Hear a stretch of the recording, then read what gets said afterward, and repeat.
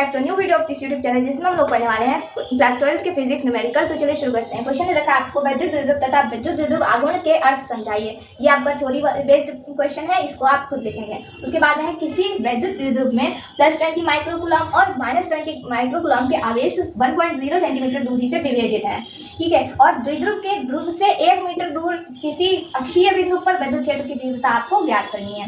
तो आप सबसे पहले आप लिख लेंगे दिया है करके, दिया है क्या दे रखा है यहाँ पर, विद्युत द्विध्रुव में इतने कूलम और इतने कूलम आवेश, यानी कि Q का मान आपको दे रखा है 20 माइक्रोकूलम दे रखा है, ठीक।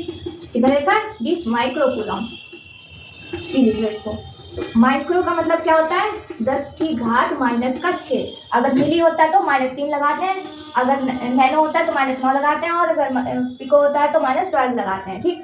उसके बाद में अगली चीज रखी है 1.0 सेंटीमीटर दूरी से विभेदित है। इसका मतलब ये है कि अगर ये आपका द्विध्रुव है, ठीक, तो यहाँ पर ये 2L जो है दूरी, ये टोटल कितनी है, 1 दे रखी है, ठीक।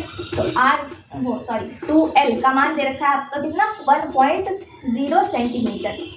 अब आपको इसको मीटर में बदलना है। मीटर में बदलने के लिए क्या करेंगे, 100 से भाग करेंगे। 100 से भाग किया तो 1/100, यहाँ पे 0 की पावर कितनी आ जाएगी, 1 2 0 है तो 2 पावर आ जाएगी। हम क्या करेंगे, इसी पावर को ऊपर लेकर जाएंगे 1 के गुणा में। जब 1 के गुणा में जाएगी, ये पहले बटे में थी, प्लस में थी, ऊपर जाएगी तो ये माइनस की पावर हो जाएगी, ठीक। और क्योंकि भाग क्यों कर रहे थे, मीटर में बदलने के लिए, ऊपर आ गए, मीटर में बदल के बस बात खत्म। इसके बाद में कहा गया द्विध्रुव के ध्रुव से 1 मीटर दूर किसी अक्षीय बिंदु पर विद्युत क्षेत्र की तीव्रता ज्ञात करनी है, यानी कि R का मान आपको दे रखा है 1 मीटर, ठीक। अब अक्षीय स्थिति में विद्युत क्षेत्र की तीव्रता का फॉर्मूला होता है E = 1/4πε0 × 2p/r³, ये होता है। तो 1/4πε0 का मान होता है 9 × 10⁹ गुणे में 2 × p को हम लोग लिखते हैं Q × 2L। जब इसका वो डेरिवेशन कराया जाता है तभी आता है, ठीक है। r³ मतलब कि 1 का क्यूब करेंगे, 1 का क्यूब 1 ही होता है, इसे लिखो चाहे रहने दो लिखने को, ठीक। इसके बाद में 9 × 10⁹ 9 चल रही है, अब गुणा में 2 गुणा Q का मान आपका 20 गुणा 10⁻⁻6 है, और उसके बाद में 2L का मान कितना है, 10⁻⁻2।